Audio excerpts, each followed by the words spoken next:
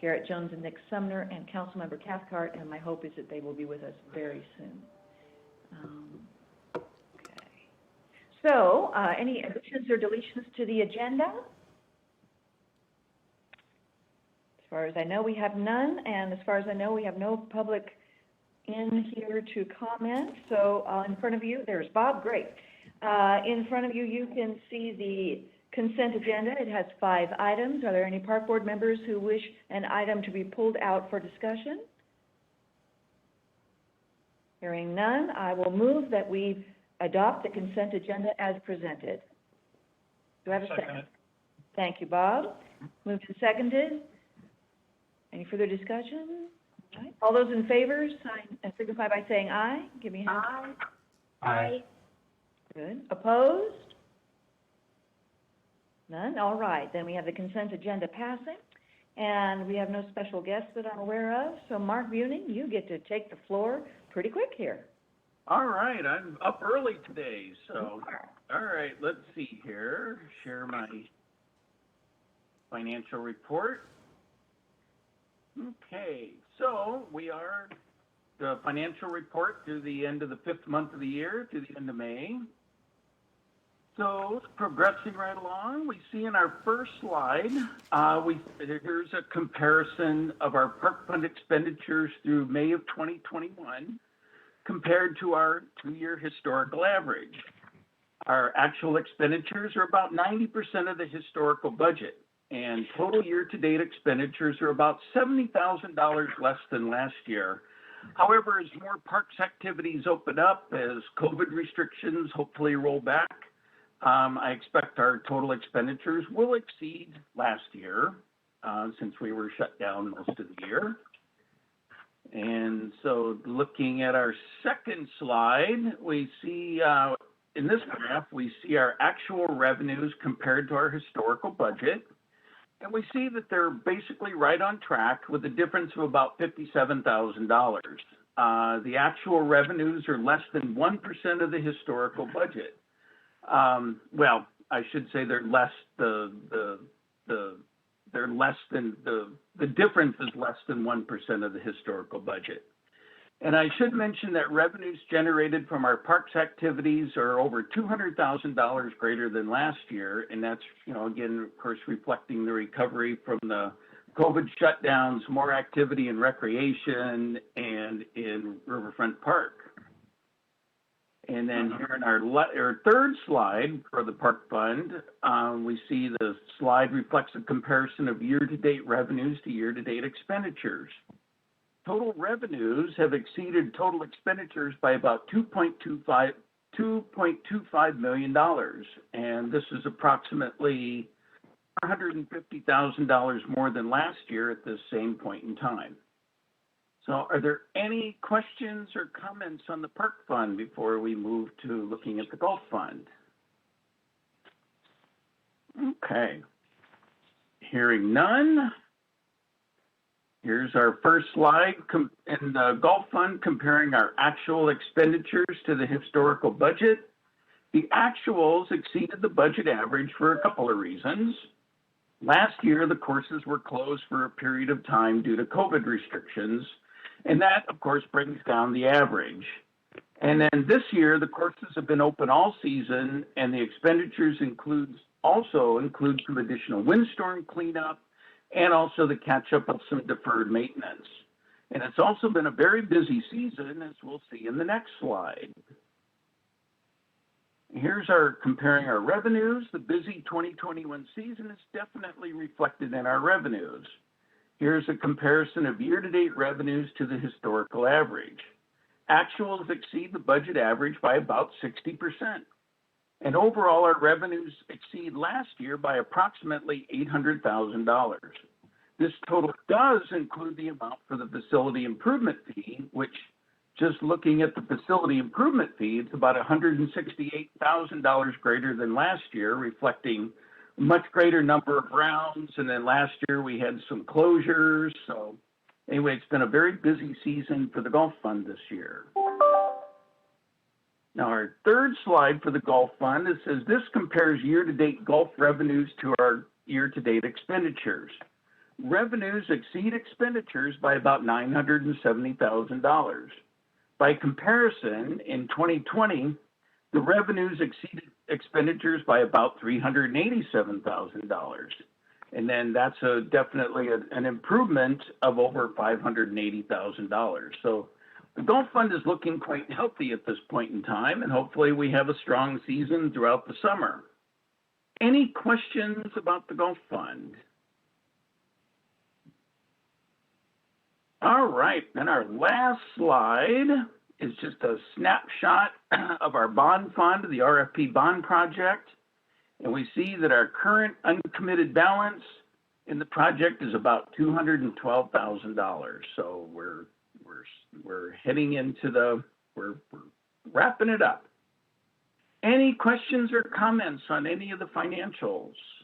Just such a tiny amount there in the bottom of the bond. I know, it keeps getting smaller every month.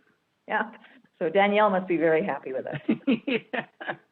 All right, very good. Thank you, Mark. All right, thank you very much. Any questions, Park Board members, for Mark? Yeah, Mark, this is Bob.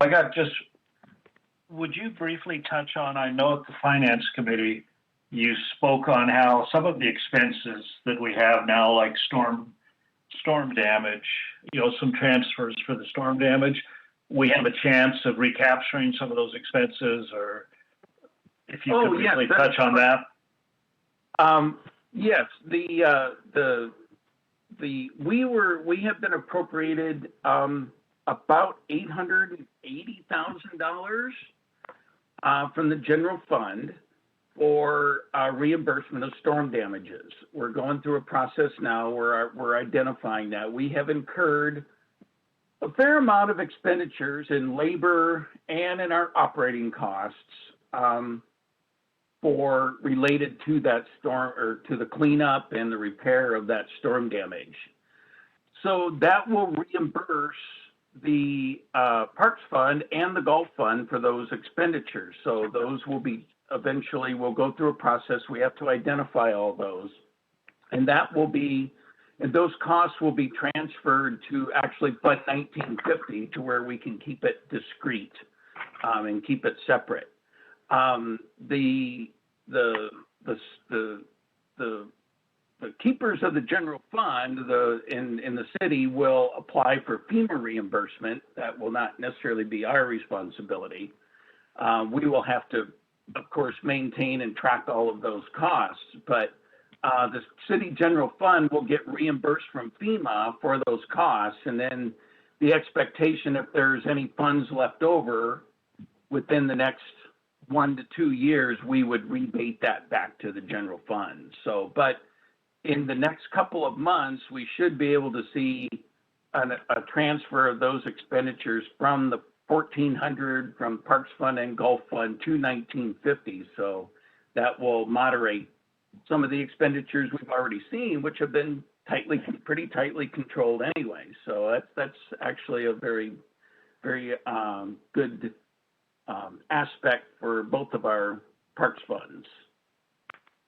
Does that help? Does that answer your question, Bob? It does, and thank you very much. I just thought it was a good thing to share with everyone. Great. Yeah, really good question, Bob. Thank you. Yep, well done. All right, thank you, Mark. All right, thank you. Right. Now, then, I don't believe we have any special discussion or action items, and so we'll move into our committee reports, and I believe Rick Chase is on the line, driving through the Cascades. Rick, are you still with us? I am, thank you. So we didn't have a meeting with Urban Forestry again this month, but the one thing that I'm really happy to hear is that the bid went out for the Susie Stevens Trail in May. So hopefully at the July meeting, we will have some estimates and a start date of when that trail can get started, so Susie's mom can at least be able to see the start of this trail. Agree. That would be really great. She has made such a generous donation to parks in honor of her daughter's memory. All right, and then the next Urban Forestry Committee meeting is actually at the end of June, oddly enough. So it's June 29th, if we have it in person. Yeah. Otherwise, it's via WebEx. So, Okay, thank you, Rick. Golf is going to be presented by Bob Anderson today.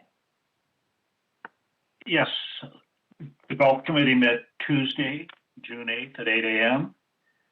An action item recommending a contract amendment for the Creek-Equaltion golf professional, Mark Gardner, was approved and sent to the full board as a consent item. A listed action item for roof replacement contract at Indian Canyon Golf Course was moved to discussion only due to required bid information not being available at the time of the meeting. The golf course superintendents reported the courses are in great playing shape, but a few are discussing ways to control marmots. It sounds like they have a overload of marmots this year. The golf professionals were reporting excellent activity on courses, and they are getting ready for increased tournament play that will start shortly. The next meeting is scheduled for July 6th at 8 a.m. via WebEx, and Jerry is still looking for virtual donut delivery system. We're going to hold her to that. And that's it. The next meeting will be July 6th at 8 a.m. via WebEx. Great, thank you, Bob. Well, if anybody can find virtual donuts, it's very We're hoping. Yes, indeed. All righty. So Greta Gilman is chair of land. They didn't meet, but Greta, would you like to say anything? I don't have anything to say. We did meet. I guess I can say when our next meeting is, which is 3 p.m. on June 30th, 2021, still via WebEx. Thanks. Righto. Thank you for that. And Sally. Hello, Sally. Recreation Committee. Want to say anything? No, not really, except that, well, we didn't meet, of course, but I do want to call out the summer activity guide. If you haven't seen it, it's just a beautiful, well done catalog that we haven't had for over a year. So take some time if you haven't seen it to peruse that. Jennifer and her team did an amazing job with that. Our next meeting is June 30th, 5:15 via WebEx. Thank you, Sally, and let's make sure that everybody knows it's Jennifer Papich who gets that credit because she did an excellent job with that summer activity guide. Too many Jennifers here. All right, Riverfront Park Committee, Nick Sumner. All right. First and foremost, I thought the marmots were very respectful while I was teeing off at Esmeralda. So, I mean, be nice to them. They watched. They were quiet. It was it was almost like having an entourage follow me around. It was pretty cool. Did they caddy for you, Nick? I wish. they tried to take. I think they'd only want to caddy off like my food probably. But. So Riverfront Park did not meet this month, but I know there has been some discussion going around parking, and so I believe John has a presentation for parking for us. Yes. Hi, Nick. Thank you. And good afternoon, Park Board. John Mogre from Park Director here. Let me go ahead and share my screen.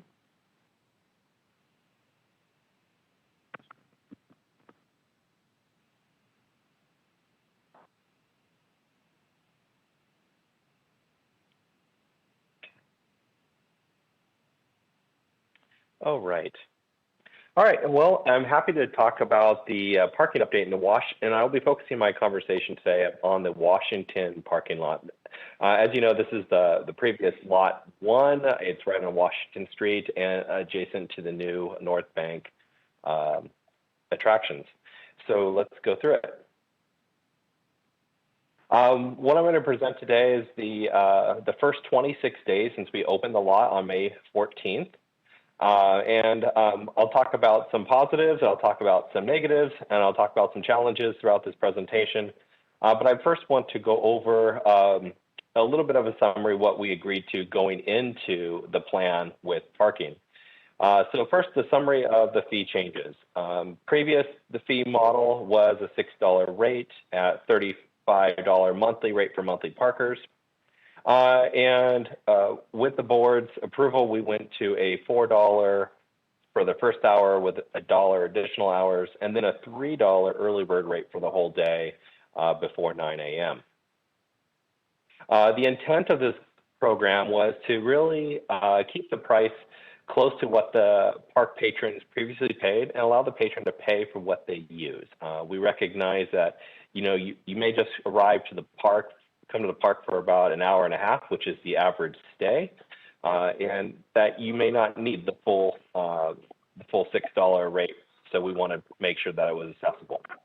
Also, we wanted to encourage turnover of spaces. We knew that we had a great destination attraction, and we wanted to make sure that there were spaces available for our guests once they arrive so they can use those destination attractions. And then we wanted to prioritize park patrons over commuters. And so we set the prices intentionally so that it would prioritize and encourage turnover of the space for park patrons so that they had that space. And then finally, the idea for the rates is to reinvest the rates into riverfront maintenance and programs. So with that said, I'm going to go right into our patron feedback. And it's important to note a couple things about the patron feedback, that when we open any new attraction or site, it always comes with its challenges as we kind of go through this opening period, or I call it the commissioning period, and we've gone through them for each of our attractions that we've opened through the last 5 years of the bond project. And we adjust and we improve, and then we continue to make adjustments, improve the customer experience as we go forward. So the data I'm presenting here is collected from various sources, either social media feedback, public phone calls, staff talking with our community members, or they might be in-person reports directly made from the rangers. And so what we did is we counted everything that we could count, and I put it together on this patron feedback report. So what you're noticing here is that the first one paid at the kiosk and app and still got a ticket. There's a technology issue here where someone may be waiting in line to pay, but the rangers get to their car first, they scan it, and the ticket didn't go through the system in time to connect to their license plate reader to show that they actually paid. So, well, of course, we're waiving those tickets, and that was about 29% of the complaints we received. One of the biggest complaints is we didn't see signage, or no, it was a paid lot. And we do have signage. We have a little sign over here to the right of the screen that's in the lot. But the problem is you can't see the signs over the cars once you've parked, so you can't see the kiosk or the signs.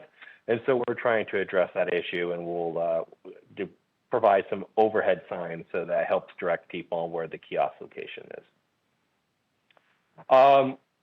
Enter the wrong license plate number is a common problem that we're seeing. People are either transposing numbers of their license plate, or they get the one number digit wrong, and so they've been receiving a ticket.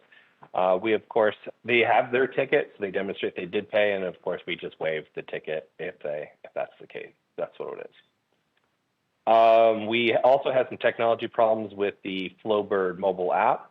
It was down for about 6 days as it lost its merchant ID, or the merchant ID was incorrect, and we had to take it down to correct that issue, but it is now restored.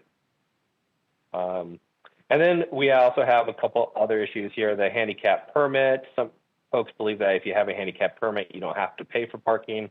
That's true for street parking, but that is not true at other lots. And then the last couple here, there's a strong belief that parking should be free or was free. And we're seeing more and more of a belief in that. And anecdotally, when the rangers are monitoring the parking lots, they're saying that that's the most common concern, is that they thought it was free, or it should be free. And then the price is too high. We actually don't get this one too often. We've had it in 2 locations. And one was on social media and one was in print. But those are the only 2 complaints we get, and the rangers have not received any complaints from the field regarding that one. And then finally, we got 1 complaint that the kiosk didn't accept cash. So we're working through those particular issues. And from pretty much we are also experiencing other issues while managing the parking lot. We have some patrons that flat out refuse to pay altogether. We are seeing some speeding to our parking lots. And as I already mentioned, the mobile app was down for a short period of time. So those are the quick operational notes on the parking lot.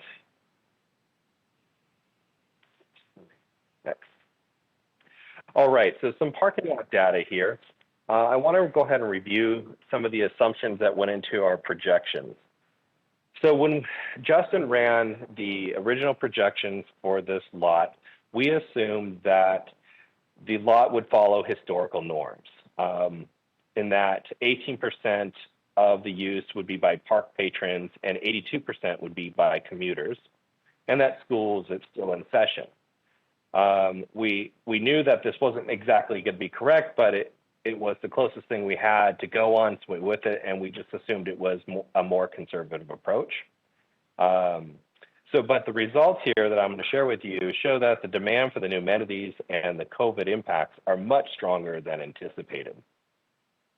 And more so, the COVID impact was really unknown at the time when we did the projections, and you can really see, it really gets demonstrated when you see the number of commuter cars that we're seeing per day. We anticipated the revenue projections for May, just for the month of May, initially to range from 8,600 to about 17,000, depending on the turnover rate and occupancy calculation. So there was a range, and that's kind of what we expected. Based on the assumed lot and would be primarily occupied by consumers. So when we did the projections, we assumed that we would have about 125 early bird parking rates per day. And that just didn't happen. We actually came out with 6 on average per day. So the commuters have not shown up, and that's likely attributed to the COVID impact as employees still have not returned to work. And then finally, it was believed that just on an average day, that if you were looking at the parking lot, it would be about 50 to 75% full because, again, we're encouraging turnover of the lot, and we weren't sure exactly of how many commuters we would have. So those are a lot of assumptions that went into it. So I want to share those numbers of the actual results. So what we're seeing here on the average turnover per space today is 1.9 or 1.29. So our target for this was about 1 to 1.5. So right in the middle. It's a really good target. And so that means we're on track with what we expected the turnover rate to be. We've had 4,995 purchases. We expected 3,874. So we exceeded our projections based on just the raw number of transactions, purchases, or cars. They're all the same number in this case. We do, just so that you remember, we do have 149 parking spots plus an additional 7 handicap, but I've been using 149 as my base number. So if we go down to the average number of park patrons cars per day, you'll see that the projected was 33. We really thought the lot would follow historical norms. Of course, we didn't know how to account for a new attraction opening on the North Bank. So we just used historical norms, it was 33, but we're averaging 188 cars per day. Again, that's more than 149 spots in the lot. So that means we're turning them over at a rate of 1.3 per day. So that's really good. And we're only seeing 6 commuters right now. So that's a really quick just on that data. On the financials, what we're seeing here is, again, we're seeing our standard rates come in at 4,896 of actual standard rates when we projected that only be 1,008 purchases. So a significant increase. In fact, our park patrons, they're almost 4,000 more than expected, which was just phenomenal. And to us, that really shows the significance of this activation because prior to this lot, our turnover was, or our capacity for park patrons was only 18%. So we're seeing something much, much higher. And so that really shows how we moved the needle on the North Bank. So that should be a huge win for all of us here as we talk about the significance of the North Bank. This is just a huge number, and so that's really good to see. It also shows that COVID impact is still really strong with the early birds. And we still need to continue to monitor the COVID impact as we open up and get to June 30th. Hopefully we'll reopen and we'll start seeing employees return to work. And so we'll continue to monitor that. Also, what we're doing standard stay times here, people now pay by hour, so we can kind of see how long they stay or how long they're purchasing for. And so remember, the previous rate was $6 for the whole day. So if you're staying 3 hours or less, you're going to be paying the same rate as you did previously. So that is about 93% of our park patrons are paying equal to or less than the past approved rate. And then also just of those, 77% right there are paying less than the approved rate than they previously did. So that's a huge win for our community. They're paying for what they need. And so we're achieving our goal there. All right. Some quick takeaways here.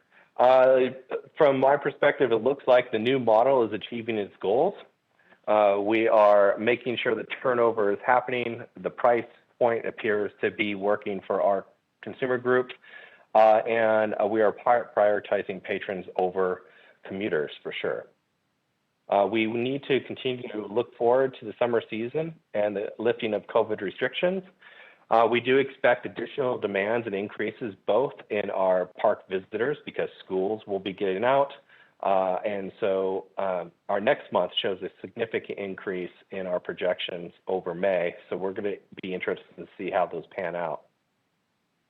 We'll also continue to monitor future impacts by commuters. We want to be prepared knowing that there is significant demand for the attractions by our park patrons, that we don't want the commuters to take over the lot. So we're going to have to figure out some way to restrict the number, which was estimated 125, to really cut that back to make sure we continue to make sure there's spaces available for our park patrons. Finally, we need to improve signage to our park patrons, help them to find where the kiosks are located. Like I said, we're going to do some overhead signs. And we actually have a kiosk wrap in the process. It should be done this week.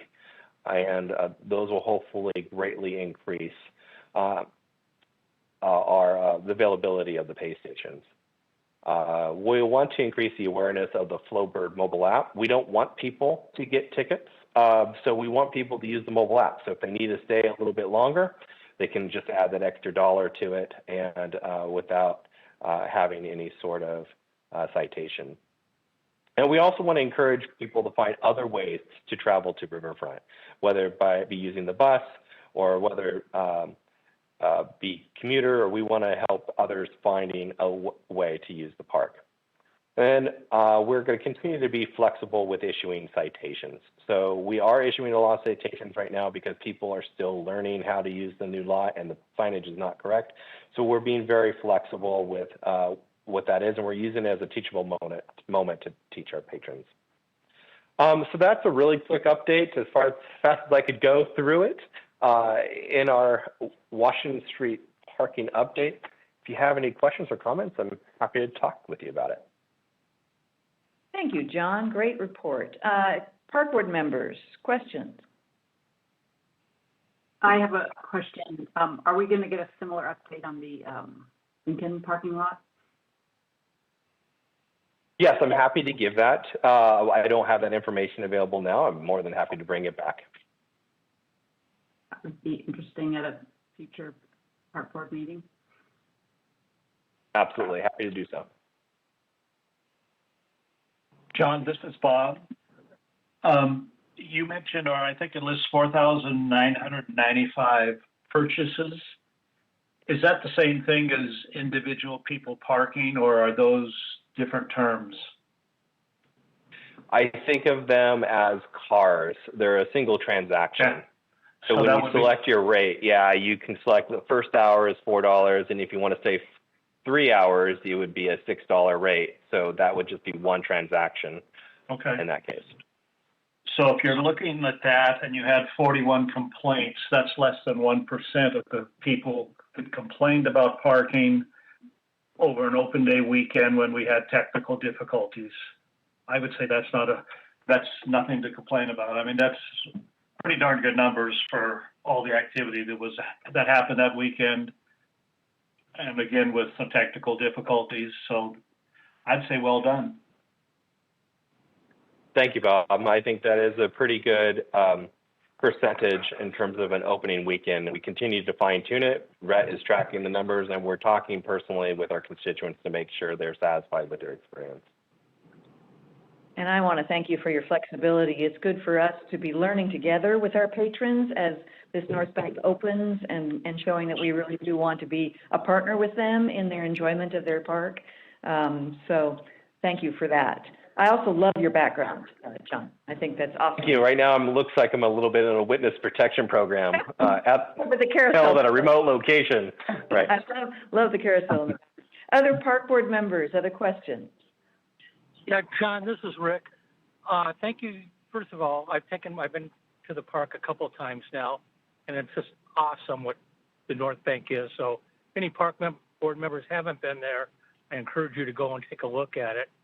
And I just want to thank you for getting back to me for my question about, water and stuff at the park and beverages.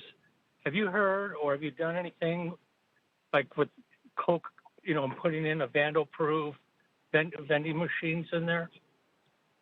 Absolutely, Rick. We've been exploring the idea. The challenge is we have only so many fixed power locations, and so there are 2 locations along the M&O building that we're exploring.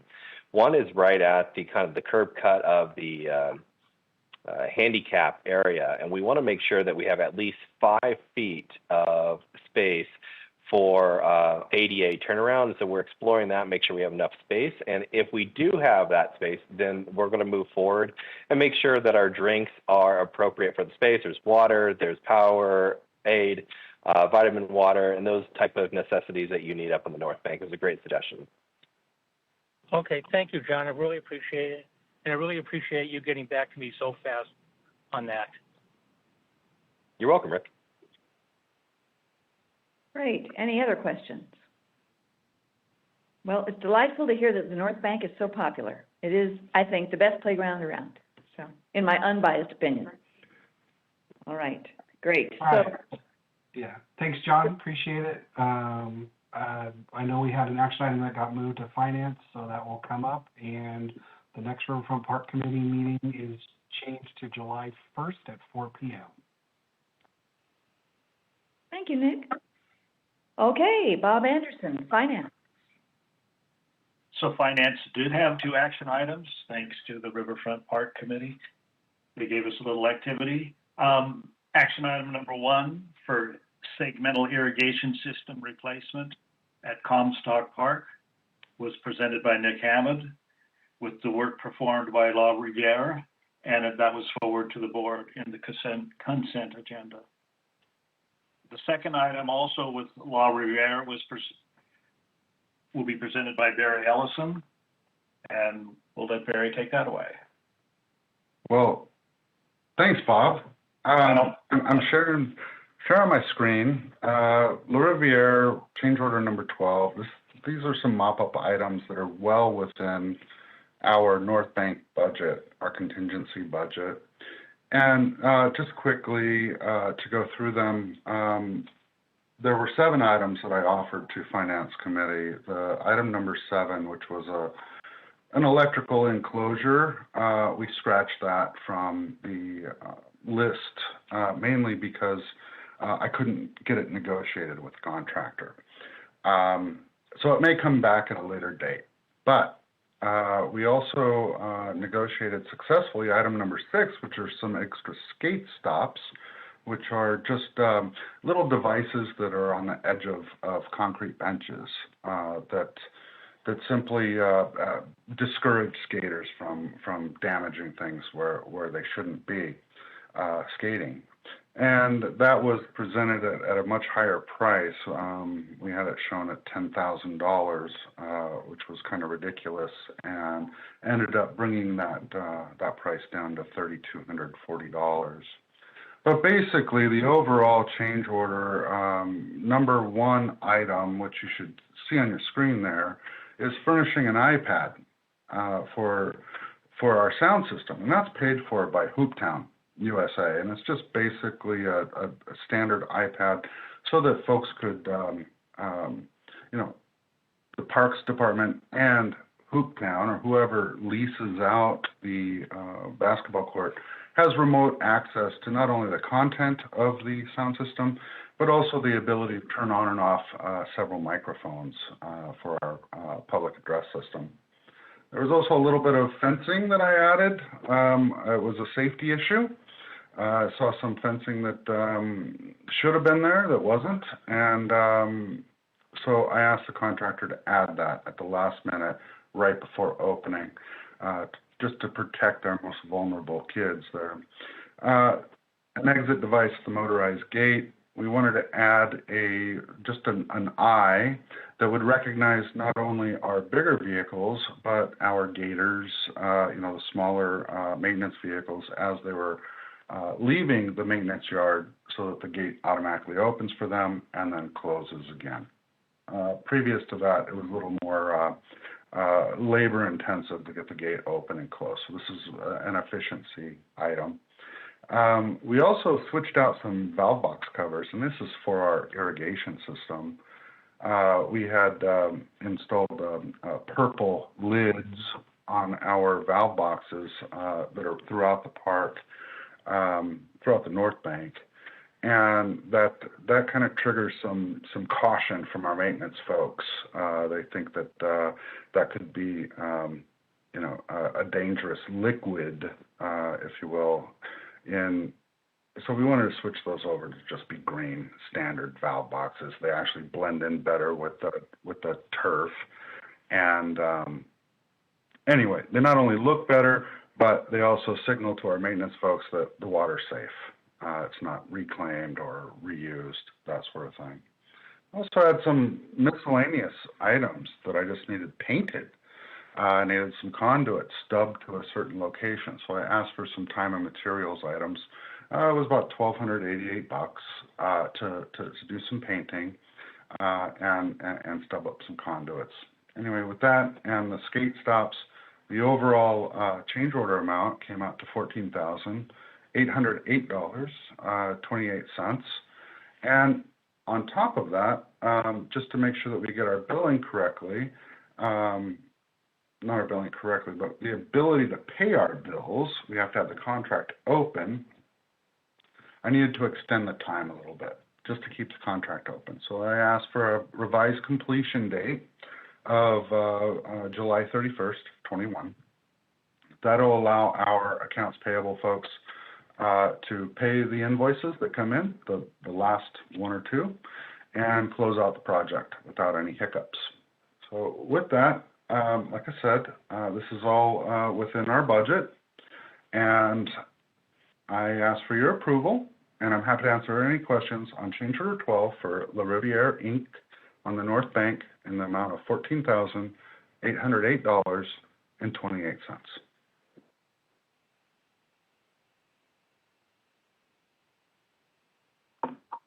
Thank you.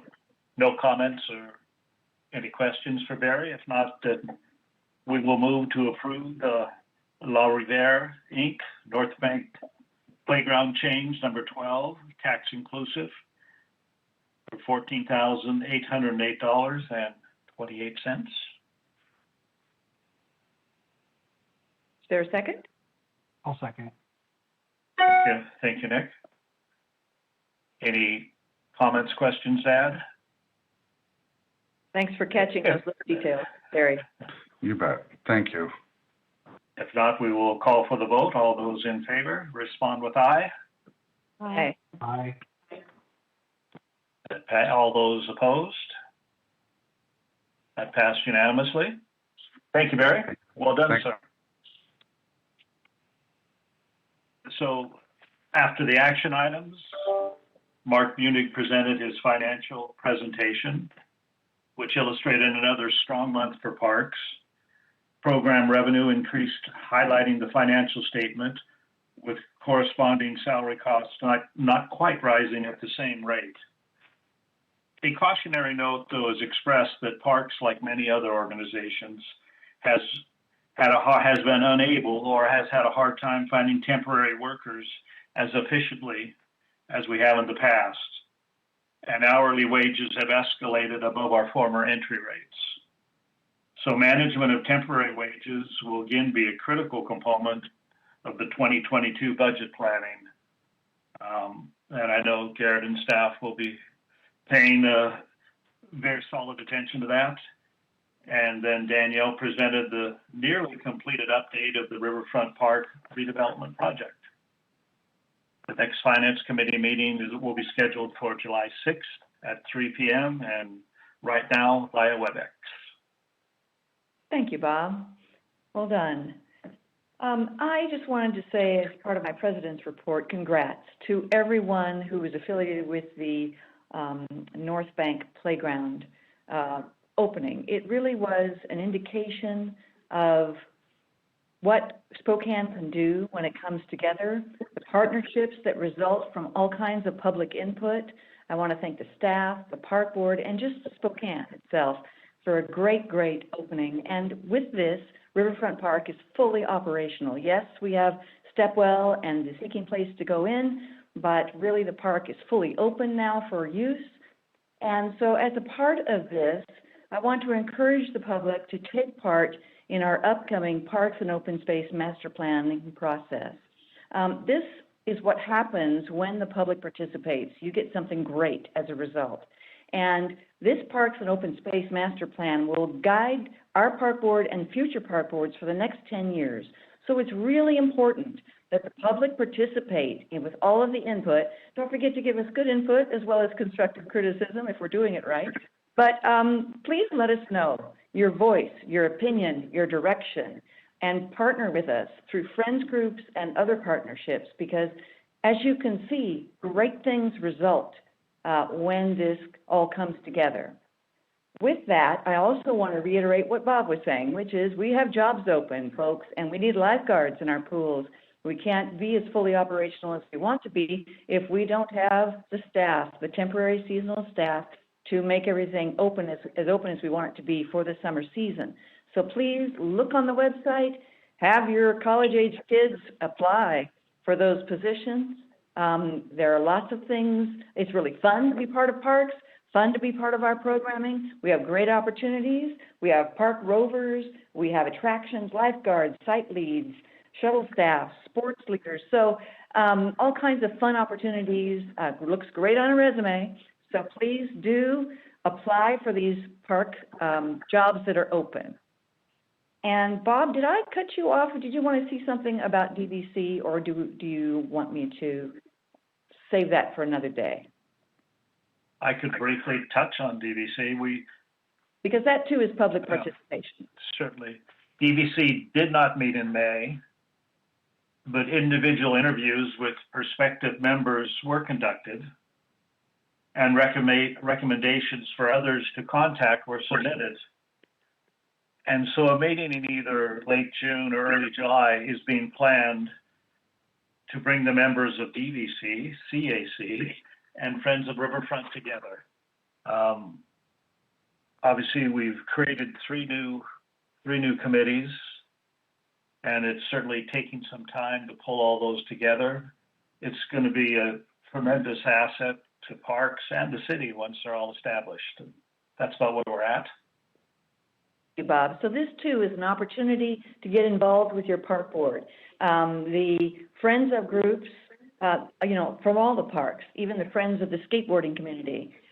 Yes, DVC is the Development and Volunteer Committee, just so all of you know. But all of those different Friends groups then can feed the Citizen Advisory Committee for the DVC, and a representative from that committee will serve on the Development and Volunteer Committee of the Park Board. So it's a three-tiered system, but again, it's another avenue for public input. So please avail yourself of that if that's something that you care about. And hopefully, all of you through COVID have seen that parks is something very much to care about. So I will move then into our liaison areas. Greta Gilman is our liaison for Conservation Futures. Hi, Conservation Futures doesn't have a lot to report, except that the 2021 nomination round is still open. through midnight, July 31st. So if you are a property owner or you are working with a property owner, you can complete a nomination form and submit it for consideration for future acquisition by the Conservation Futures Program through midnight, July 31st. Let me know if you have questions. Great, thank you. And then Barb Ritchie, Parks Foundation. I know Terry Fortner's here too. Good afternoon, everybody, and the public out there. We're kind of excited because the next Parks Foundation board meeting is on June 23rd, and it's going to be outside in public at a park. So, woo! We're making the pivot zone there. 4:30 to 5:30 is our next meeting. But for our current meeting we have on the 26th of May, there obviously we want to be fully transparent about the fund balance report, so that was provided by the foundation. And for those of you who don't know, I like to call Spokane Parks Foundations the dream makers and the storytellers. So Terry Fortner has a couple of stories for you that I think really showcase why private gifts matter to our parks and recreation, and also is a little nudge for all of you out there in the public who haven't made your gift to the foundation to do that. So I did that on behalf of Terry. Actually, I can't do that as a park board member, but I can be an advocate. So Terry, share with us the day at the general store and a little bit about your visit to Fresh Soul, please. So as all of our park board members are aware, we have a very robust Make a Splash in the Kids Life program, as well as community grants program.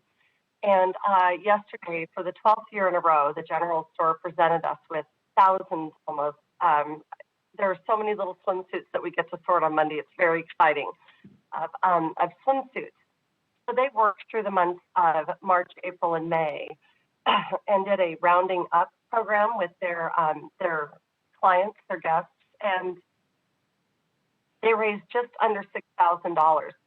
And with that, they bought all of these swimsuits for the Make a Splash in a Kids Life program. Because remember, of course, swimming is free within the city of Spokane. However, if you do not have appropriate swim attire, you are not allowed in the pool. And so we have it's a little bit of a catch-22. So you can get in the gate, but you can't get in the water. So we're just consistently trying to remove some of those barriers. Pardon me. And so basically, what we'll be doing on Monday is sorting swimsuits. We've already sent correspondence out to about 17 different community partners whom we enlist on an annual basis to help us distribute these suits to those who are most in need. And so I actually get to deliver suits to the kids at the Northeast Youth Center next Wednesday morning. And I don't get to be there for the fashion show, but it's apparently quite a big deal. And then additionally, we do like to ensure that there is a small stack of, we call them replacement suits, in the event there's a wardrobe malfunction at one of our aquatics facilities, that instead of children having to leave the pool or leave the enjoyment of being at one of our beautiful aquatics facilities, that there are swimsuits, brand new swimsuits that are available for them to just have. And so for 12 years, our friends at the general store have just really, I'm going to say it, and I know everybody gets tired of me using this pun, but they've really knocked it out of the park. They raised more money this year in our behalf than they ever have in the past. They have a new team leading that charge, and these ladies yesterday afternoon were on fire and looking forward to actually raising hopefully $10,000 next year. So we acknowledge that the needs continue to grow, and we're working with our community partners to ensure that we're there to meet them. Pardon me. And then additionally, for those of you who know Yvonne Trudeau is our development assistant at the Spokane Parks Foundation. She and I had a wonderful opportunity to meet our friend Michael Brown at Fresh Soul. He is the executive director of SARA, the Spokane Eastside Reunion Association, and one of our grantees. So annually, we fund some pretty significant scholarships for youth in the Eastside community to participate in a basketball camp. And it's not just any basketball camp. It's 4 days a week. It's for 8 weeks. It's big bang for the buck. These kids get new shoes. They've got retired professional basketball players that come in and coach them and collegiate all-stars who volunteer to be with these kids and help teach them, sportsmanship and the importance of building community. And the beautiful part about Fresh Soul is, of course, that's a little bit of an economic development and job training program that Michael started. So many of you know that I grew up in the South, and so soul food, though not on my diet, is very, very dear to my heart. So I did actually eat everything on my plate today and enjoyed all of the Southern hospitality and the delicious food. And I just encourage everyone, if you're looking for a great place to support local and to really see these kids in action. They're all between 14 and 18 years old, and they're learning valuable job skills. If you just are looking for a great place to go, please support Sarah and Fresh Soul and the good work of Michael Brown. And stay tuned. I will also offer to everyone, we're in the process right now of shooting a significant amount of B-roll, not only of our sponsors and community partners, but of our parks.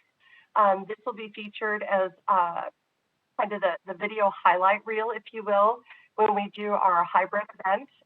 We'll do both a virtual and a live event this fall, just to celebrate our 70th birthday. And we really just owe a tremendous debt of gratitude for not only to the city of Spokane, but to all of our municipal partners, because you keep such beautiful public spaces. It is really fun to be able to be out in the parks and telling the stories. And as we emerge from the COVID-19 pandemic, it becomes increasingly more important to capture those and to create those sacred stories so that we can encourage people to continue giving legacy gifts and annual contributions for the benefit of parks and recreation. The last thing, we'll have a pretty big announcement next month, but I will tease it a little bit and say that we received a wonderful planned gift about 2 weeks ago that put a very large, multiple six-figure contribution into our endowment fund. And for those of you who are unaware, we do take proceeds between 4 and 6% on an annual basis, and that's how we fund our community grants. So if anyone wants information about how to join the Hamblin Society, please reach out to me. Again, we appreciate all of you. I wrote a little thank you to everyone. We were not expecting to be thanked publicly in the summer guide, Jen and Gianna and team. Thank you so much for that. It was so deeply meaningful to our board members and volunteers, and especially to Yvonne and myself, and we're deeply grateful. So with that, Chairwoman, my report is concluded. Thank you, Terry. Thanks, Barb. Thanks, everyone. Thank you so much, ladies. And Councilmember Cathcart talking about important partners. We appreciate the City Council's support in so many ways. Councilmember Cathcart, did you have anything you wanted to say? Nothing really to add today. Still working on trying to catch up on sleep. My wife and I just had our newborn about 12 days ago, and so we're just trying to work through that. But grateful I can be here virtually to participate in the meeting. Well, congratulations, boy or girl? Boy, Atlas Cathcart. Well, congratulations. That's Thank you. fabulous. Wow. A way to a rebirth in many ways, not just the That's COVID, correct. but for you all personally. That's great. That's Great. Thank you. All right. That's going to be hard to top, Garrett. But you can try with your director's report. It will be, and I saw a couple pictures too. He's a little cutie, so congratulations, council member. So, this month, thanks again. In Parks and Recreation, we just have good problems, which is great. I mean, demand has never been higher across our system, and that's a good problem to have, but that's also something that we need to prepare for. I mean, we're up to 13 concerts now, condensed within about a 2-month period. A lot of families and individuals wanting to use our parks for parties, reunions, and all just to gather too, just on a passive basis. So with that though too, our staff has been doing a fabulous job on, as you can imagine, a lot of shifting guidelines and the flexibility that goes into that with the COVID response. And some of that is too around some of these areas of splash pads. Working with the state, we were able to work and support and lift all the restrictions on splash pads. Before, if you remember, we needed capacity requirements, we needed monitoring requirements. We were able to get those lifted, so you'll see now those splash pads will be phased in. We were able to get some open last weekend. We'll continue to phase in over our 17 splash pads here in the next week or so. And with that, having a facility not operate over 12 months, there's always little surprises along the way. So some of those deferred maintenance items sometimes come up, but so far our staff has done a fabulous job. Other two is just looking forward to the aquatic centers, all 6 of them opening up, starting here shortly. Will be swimming lessons, and then to follow will be open swim. Also, we're really working on the messaging too. We're holding off a little bit until we get further guidance with the social distance requirements, but our hope is, and it's looking good, that we'll even be able to increase our capacities even greater and have a bigger impact to the community with those 6 aquatic centers moving forward. Another way we're responding to is our restrooms. And again, that was another facility that was unable to open up last year. So we're phasing all our restrooms to get those open into multiple different phases. A lot of that determining on the type of activity or organized and non-organized activities that's happening at our restrooms. So our ops staff is doing a great job there. With that though, we're looking at, our core service model. And with our core service model, as we did forecasting budgetarily, and also looking at what we're looking at next year and beyond, but also putting in the right measures and resources where we need to. So we'll be ramping up our core service model of where we're at a baseline today. We'll be ramping that up and increasing that level of service across the system this summer, with still having that forecast and putting ourselves in a good financial situation for next year as well. And a lot of that too is for the citizens, but man, our full-time staff continue to go above and beyond. And so this will just help provide a little bit of relief through temp seasonal employees and then also additional resources. Also, again, board president mentioned about the North Bank. I mean, that was such a bittersweet moment. It's great to see the redevelopment projects come to an end, but at the same time, it's something we've been working on for over 10 years. And to see the master plan of a regional playground on the North Bank, a field house is what we called it at the time, as a dot on the North Bank in the master plan, and all those vetting through the public processes that we did to see that as reality is just a huge win. And to see hundreds and hundreds of kids use that every single day, that's what makes it all worth it. And then one of my favorite seasons, it's that time again, the budget season. So we'll be rolling out our budget calendar for 2022. Also working with the park board on budget priorities. And, it seems like we adopt one and we start all over again. But I think that's the fiscal way to do it, is every season's a budget season. So looking forward to that. And lastly is just thoughts, and no dates, but talked a little bit to the board president about this, is scheduling an in-person board retreat at some point in the near future to talk about some budget priorities and just get together again in a safe way and have some discussions about some hot topics and moving forward. So with that, end of report. Thank you, Garrett. Sounds great. So I think we're all hungry for a chance to get together and see each other in person, something more than a floating head on a screen or just the eyes above a mask. So it will be really nice to see that retreat happen. And with this, I think we have nothing else. There's no executive session. You all have a little bit of correspondence in your packet. We do not have a park board study session this month. The next park board meeting will be July 8th, scheduled for WebEx at this time. Thank you, everyone. Anything else for the good of the order? I have a little note here from the Parks Foundation. They do have money available for lifeguard certification and recertification. So just a little reminder there. If any of you are hesitant to jump in the water is fine. So please do that. So with that, I think we will end this meeting at almost 4:30. Thank you, everyone, for your time. Well done. Bye, everyone. Good to see you. Thank you. Take care, everyone. You too, Jennifer.